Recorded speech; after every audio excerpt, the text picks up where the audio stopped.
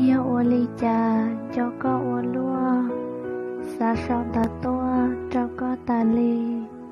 lúc xưa có thì cho có gạo sư, lo cha có chỉ mua xí hà, lo xí son ta li ở tu lu, khăn mò khăn lu chỉ không xí tê, khăn rau xía mê trái có mua chia,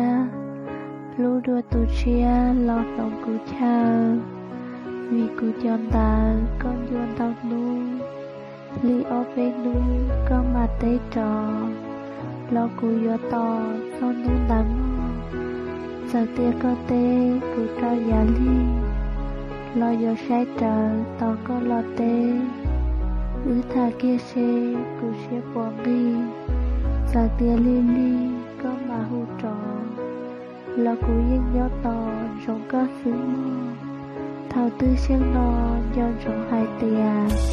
thân cư so tà cụ có ná, cụ yo sai trà cụ lúc so tôn,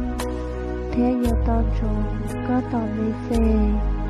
do rộng lo tế cụ xô xôi rào, gió chê cụ to chi tàu có mô, tù nâng xế rộng cụ lưu cụ dời.